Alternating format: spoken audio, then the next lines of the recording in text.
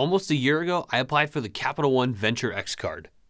Has it lived up to the hype? Let's find out. My name is Matt, and I want to help you maximize your credit card rewards to see the world for less. The Capital One Venture X was released in November of 2021, offering incredible benefits and a reasonably low annual fee compared to other high-end travel cards like the American Express Platinum Card or the Chase Sapphire Reserve. The Venture X has an annual fee of $395, while the American Express Platinum Card has an annual fee of $695, and the Chase Sapphire Reserve has an annual fee of $550.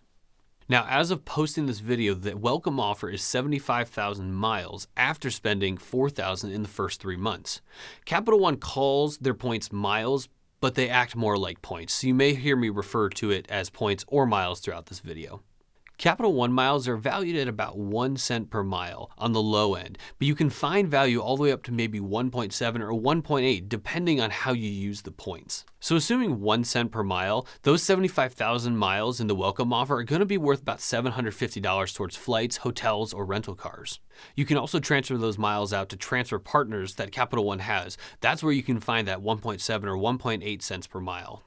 Let's talk about some benefits that make this card a great travel card. First, you're going to receive a $300 travel credit that you can use inside of the Capital One travel portal when booking flights, hotels, or rental cars.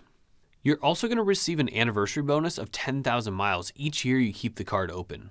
Now, those two benefits bring that effective annual fee down to zero. The effective annual fee is essentially the amount you're paying for the card after you factor in all of the different credits that the card offers and what you can take use of in those credits. Let's talk about multipliers that this card offers. You're going to earn 10x miles back when booking hotels and rental cars through the travel portal, as well as 5x back when booking flights. You're then going to earn 2x back on everything else. Those multipliers are great for someone who's looking for a smaller setup, a great everyday card, as well as a great travel card. One strategy is to look at pairing this card with the Capital One Savor or Savor One card. This gives you a way to maximize points in all categories: groceries, dining, travel, everything. This is commonly referred to as a trifecta, or in this case, a duo, when you pair multiple cards together to get maximum rewards out of each spending category. American Express, Chase, Citi all have setups similar to this, where you pair a couple everyday cards with a travel card to get a great setup that maximizes your rewards. Let's move on to lounge access. The Venture X is going to get you access to the Capital One Lounge. It's a great place to relax, to get some food, get some drinks before your flight or during a connection. The Capital One lounges are newer, and so there's only one currently open in Dallas, but there are ones coming in Denver and DC, and I'm sure more in the future. One other great thing is you can bring 2 guests with you each time you go into the lounge. You're also going to be receiving a Priority Pass Select membership when you apply for this card. With this card, you're also going to receive Hertz President's Circle.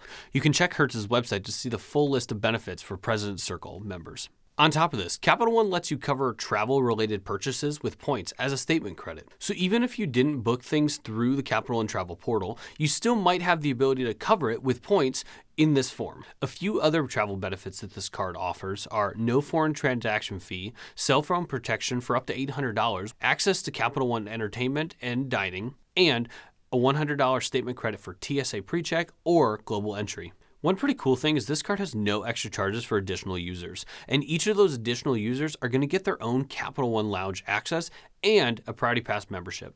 Now, all of that sounds great, but one of the biggest questions people ask is, which travel credit card should I get? Should I get the Capital One Venture X? Should I get the American Express Platinum? Or should I get the Chase Sapphire Reserve? The American Express Platinum card offers hotel status. It offers rental car status, $1,500 in credits, even has the broadest range of lounge access. On the other hand, some people say it's hard to use all the credits that the card offers, equating it to an expensive coupon book.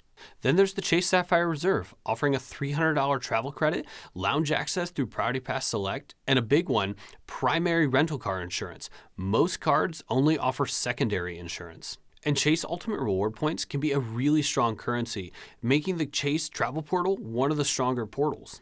And finally, the Capital One Venture X, offering an effective $0 annual fee and a solid points program. Because that effective annual fee is so low, I think there's minimal risk factor with this card. You could easily get this card, use the credits, and then have it just for the lounge access. So what do you guys think? Is the Capital One Venture X the card for you? Let me know down below. As always, be sure to do your own research and find the card that best fits your lifestyle and travel habits. That's it for today. Thanks for watching. Go ahead and hit that like and subscribe button down below for more travel tips and credit card reviews. Thanks.